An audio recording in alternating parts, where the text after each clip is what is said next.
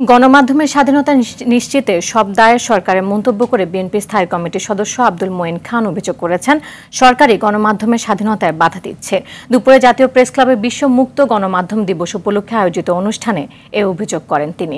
এ সময় মুক্ত সাংবাদিকতায় বাধা দিতে বাংলাদেশ ব্যাংক সহ বিভিন্ন স্থানে সাংবাদিকদের প্রবেশ করতে না দেওয়ার সমালোচনা করেন বক্তারা। অভিযোগ করেন ডিজিটাল সিকিউরিটি অ্যাক্টের নামে গণমাধ্যম কর্মীদের লাঞ্ছিত করা হচ্ছে।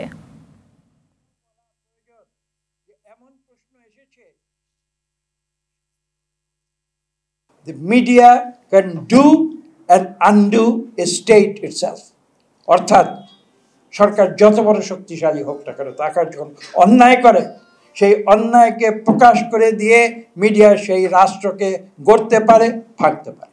আজকে সরকার এই সত্যকে যত শীঘ্র উপলব্ধি করবে, আমি বলবো এটা তাদের জন্য তত মঙ্গল।